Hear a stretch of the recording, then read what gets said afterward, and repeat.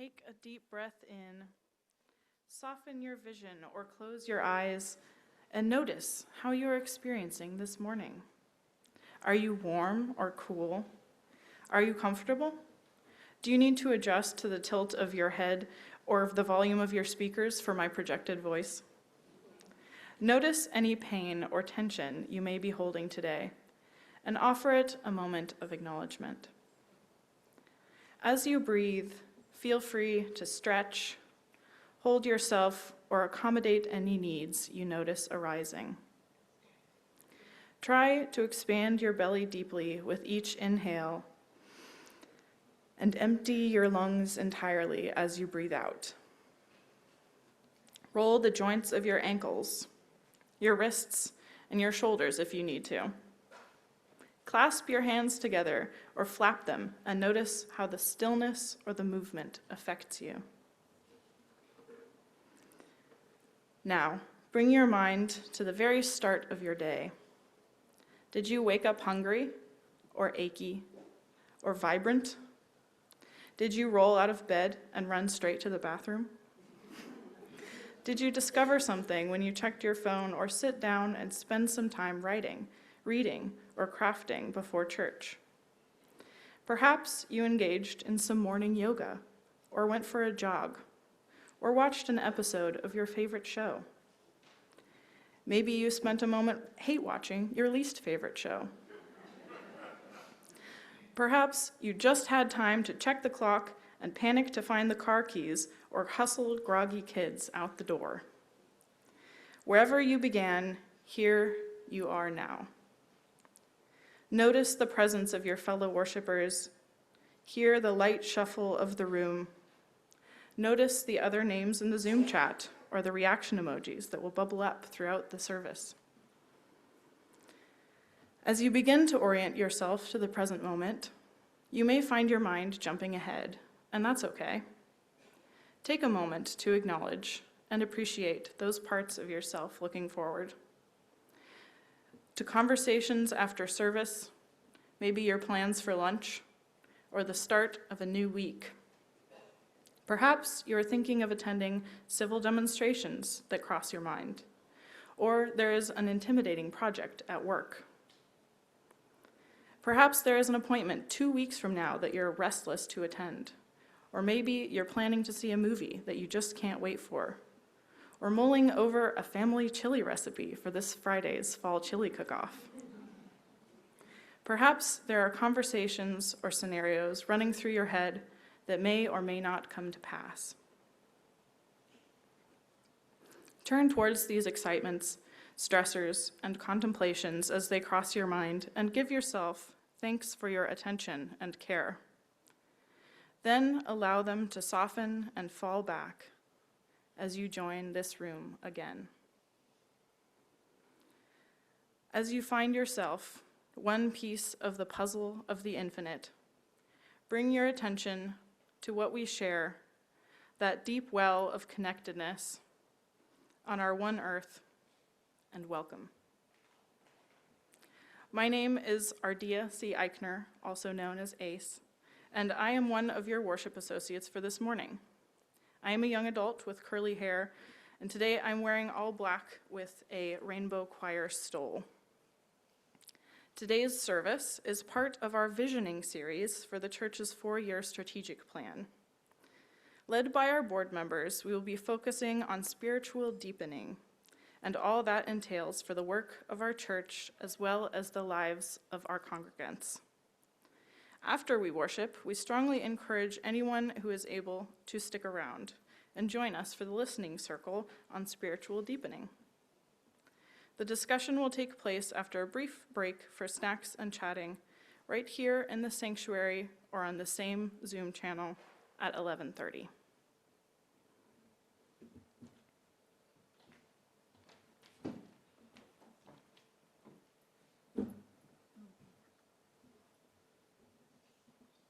Good Sunday morning, everyone. My name is Poppy Lockridge. I'm accustomed to she, her pronouns, although I'll take just about anything, I think. I haven't tried. And if you could use some help identifying me in a crowd, I am a middle-aged white woman with very short curly hair, and I am wearing mostly black. I'm going to invite Janet up to light our chalice with these words. Here we gather from the ebb and flow of our lives, seeking connection to ourselves, seeking connection to others, seeking connection to the unknown something larger than ourselves. As we seek, may our hearts be open to unexpected answers. And may we find hope, beauty, uplifted spirits, and joy. May the light of our chalice remind us that this is a community of warmth, of wisdom, and a welcoming of multiple truths.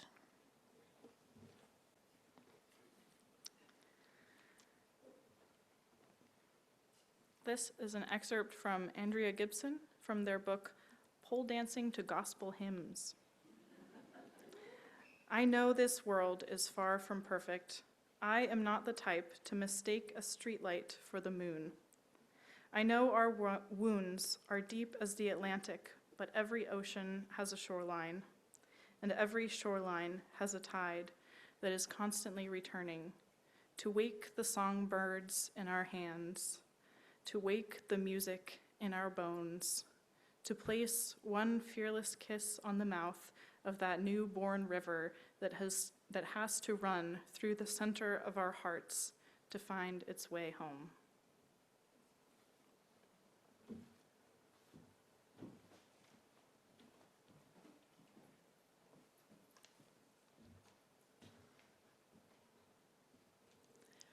As we broach this topic of spiritual deepening, I invite you to experience this centering meditation with a spirit of curiosity. The diversity of experiences that we celebrate in this church calls us to try things which may be a little out of the ordinary. So take a deep breath, and another, and another. Settle into your seat. Let your eyes drift closed or just rest them gently on something in front of you. Find the position that is comfortable for your body.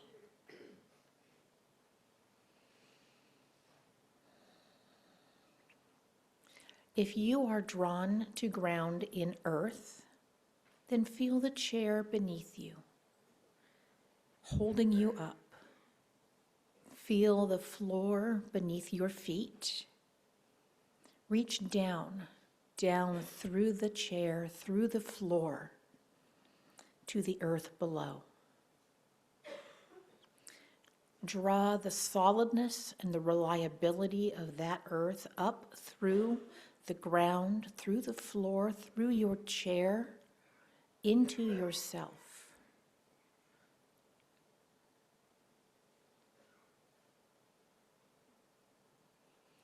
Let that solidness and reliability remind you of who you truly are.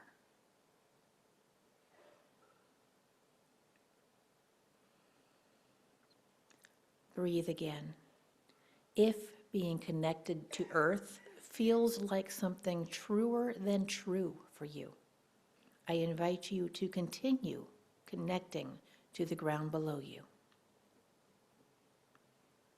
Perhaps, though, you're drawn to air. Fan yourself. Feel the air on your skin.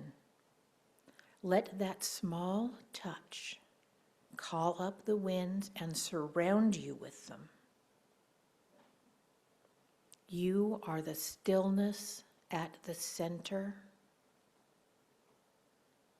Let whatever is not your truest self be drawn out and away with the wind.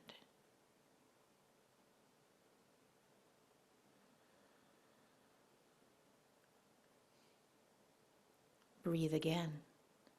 If being connected to air feels truer than true for you, I invite you to continue connecting to the winds. If you are still seeking, turn your attention to water. Feel the tide of your breath easing in and out, like water washing up on the beach. Draw up the memory of water around you, of being immersed. Let the lake, pond, river, stream, ocean carry away what was expected of you and leave behind what is only you.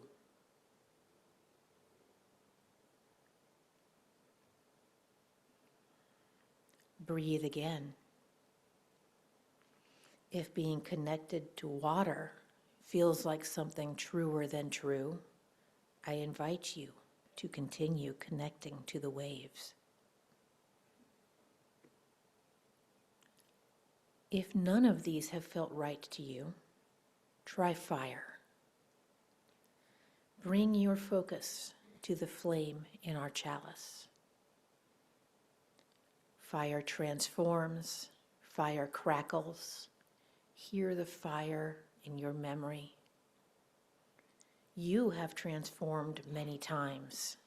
You may be transforming right now. Feel the power of fire as if you are rising from the flames as an entirely new person.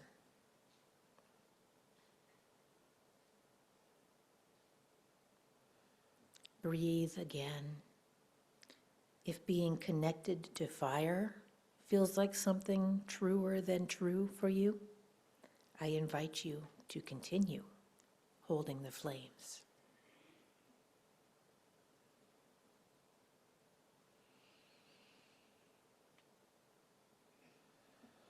Breathe in and out.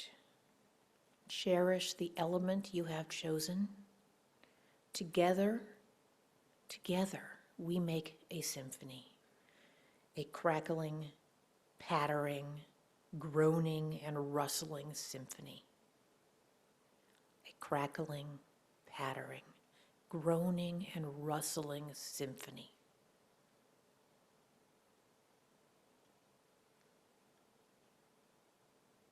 Gently bring yourself back to your breath, back to your chair, back to the room, and the whispers of your neighbors settling into their seats. Thank you.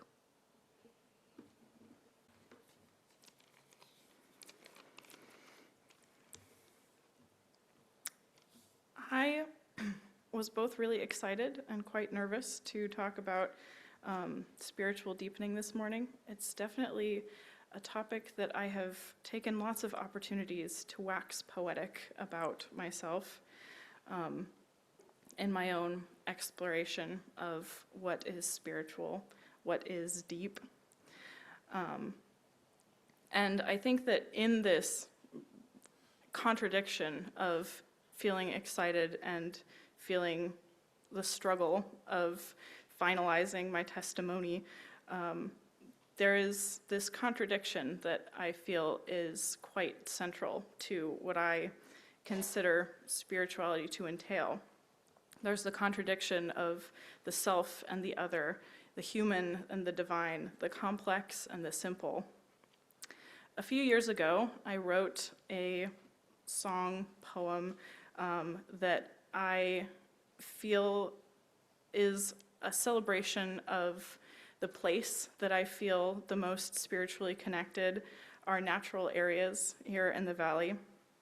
At the time that I was writing a lot of poetry, I was living in Corvallis, a town that literally means heart of the valley, where you can hardly turn a corner without finding a wetland or a forest with a nice path through it to take a walk. Some of them more accessible than I might expect, and other ones quite a slog through the mud on very long paths.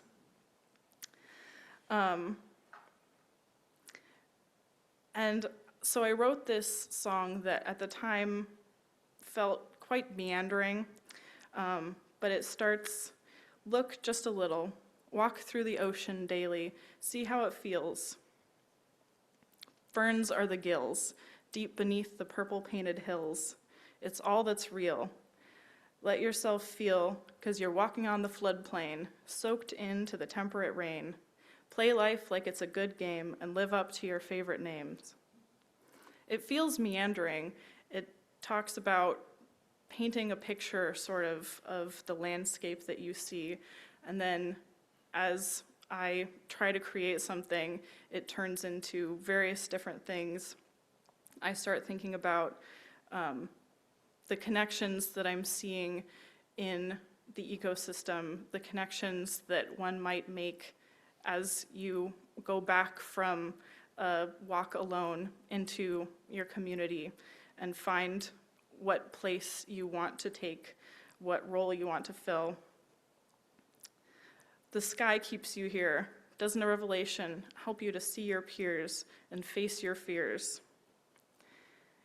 It's both relatable to look at all of the wilderness and things that are so different from ourselves, and also so different. There's such a beauty in the things that are so very different from ourselves, and a beauty in what we can find a relationship to. There's that contradiction again of the push and pull of the near and far.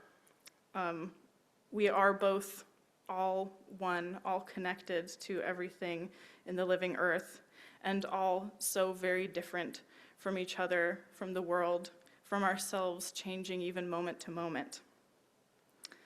And so I find it is in the ebb and flow of depth and shallowness, of the rainy season and the dry spells, that we find our center, and we find meaning, and we find spirituality. The sky keeps you here. Doesn't a revelation help you to see your peers and face your fears? We're all a part of all that's here, walking on the floodplain. Our friend Linda Krenicki should have been here to share her reflection. However, Linda's homesick this morning. We hope she's watching on Zoom. Good morning, Linda. I will read her reflection as she has written it, and hope I can do justice to it. About 10 days ago, I returned from a 2-week trip to Ireland. I'm sorry to admit, though I know I can, to my loving and accepting community, I now know more about Guinness beer than I would have dreamed. I was reluctantly returning to my normal life when I remembered I was part of today's service. I sat down at my laptop, and after searching for an annoying amount of time, I found the order of service document for today and opened it.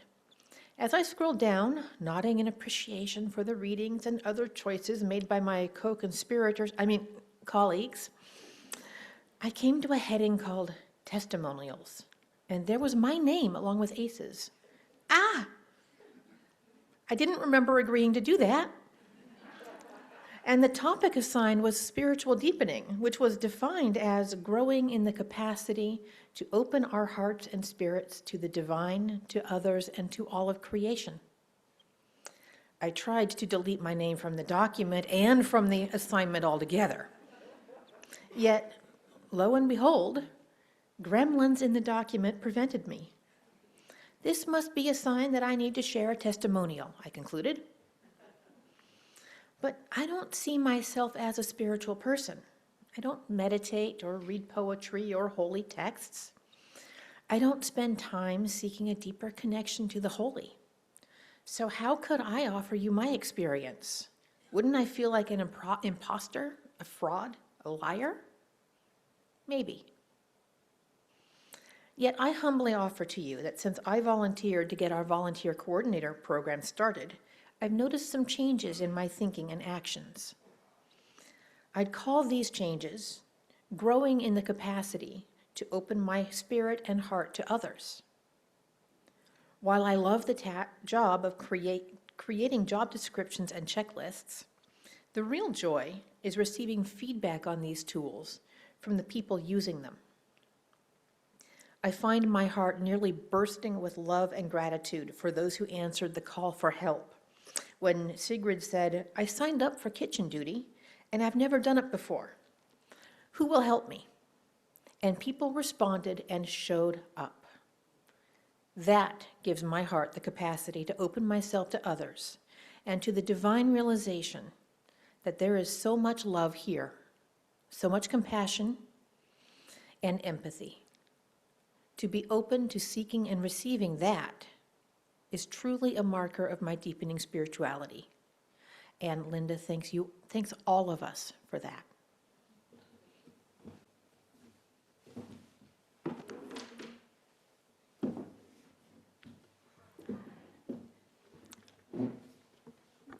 Too tall for the microphone. Hi, my name is Steve Kuzma. I use he, him pronouns, and for those needing a visual description, I'm a tall, older white man wearing a blue sweater and a black vest. And I serve our congregation as president of the Board of Trustees. And I'm going to echo Ace and Linda's conflict of wanting to be here. And I care deeply about what I'm going to talk about, but getting up here and saying it, it's hard. Spiritual deepening. Our visioning process revealed that spirituality is important to us as a congregation, that we are looking for spiritual meaning here at UUCE, and Rev Jen has told me that newcomers are looking for spiritual meaning when they come here. So, this is one of the 5 areas that we, as a community, would like to do a better job of. The how we do that is for us to figure out. The why is what I'm going to talk about. I'll start by asking, why are we here? Both in person and on Zoom. Glad you're here. To make it personal, why am I here? Why did I go through the doors of the UU congregation of Ann Arbor, Michigan in 1999? That answer is sort of easy. My wife and I were seeking a church home for our family. We had a 14-year-old son and an 8-year-old daughter. And a family friend said, "I go to the UU church. I think that you would like it." And as they say, the rest is history. I had the "this feels like home" reaction that I hear others speak of. And I found something that I wasn't getting in the rest of my life. I simply liked being there. Over time, I found hope, I found beauty, I found joy, and my spirits were lifted. I had found community. I suspect that each of you has more or less the same story with different details. This is a place where, for a few hours on Sunday morning, we leave the outside world behind, and in community, we create a space where our spirits are lifted. And many of us spend time throughout the week with one of the many groups that work to support our mission or simply to have fun. So, spiritual deepening. What does that mean? What does that look like?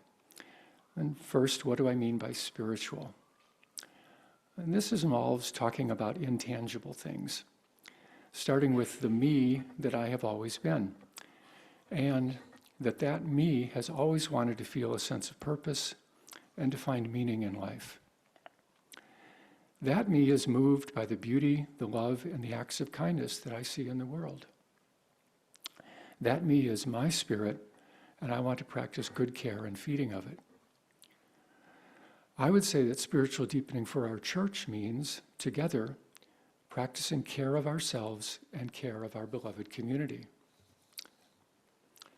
So, there are words that describe spiritual deepening, like enhanced connection, increased self-awareness, inner transformation, mindfulness and contemplation, and an alignment with higher values.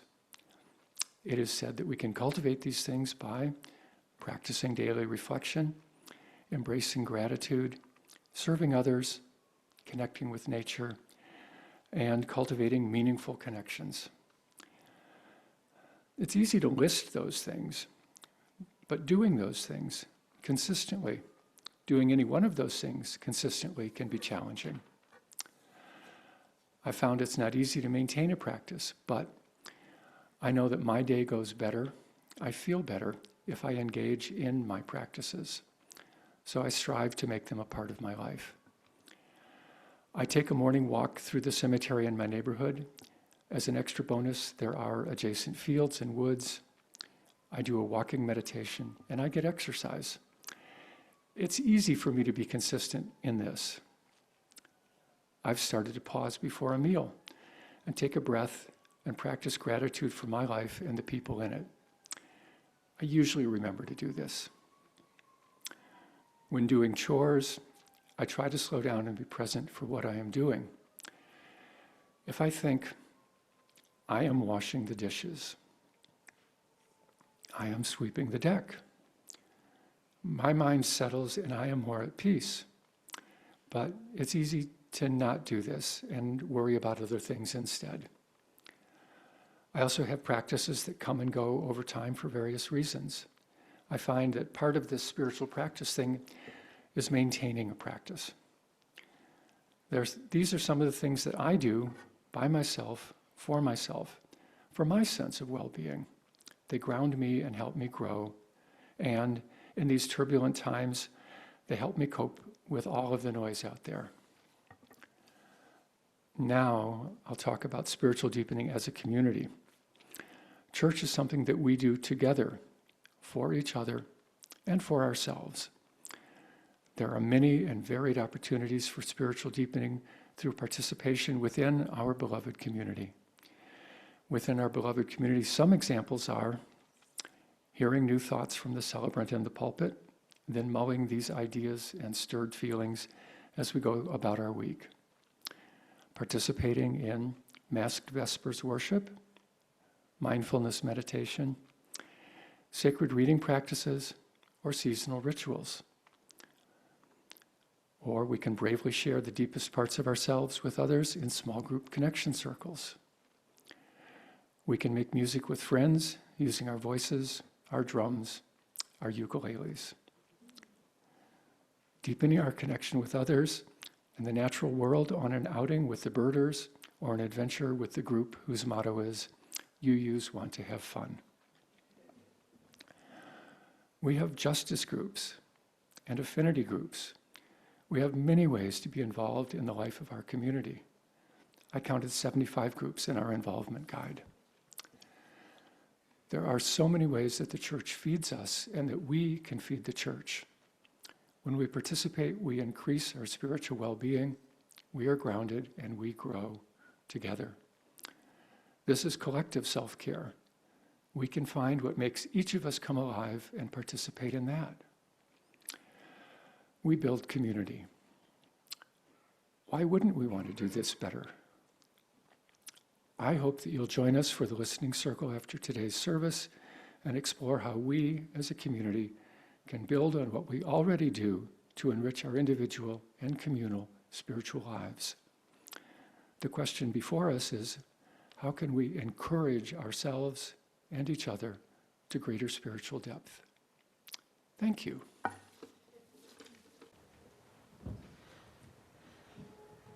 Thank you. And we will not yet be extinguishing our chalice because we hope that you will join us in just a little bit of time for our listening circle on spiritual deepening in this very same room. Our closing words are from Reverend Norman Allen. Spirit of life and love, spirit that moves among the shadows and sings in the dark, give us the wisdom to rest in your embrace. Draw us away from the cacophony of our lives and allow us to fall inward to that quiet place where our spirits are nourished and we remember that all things are one. Blessed be.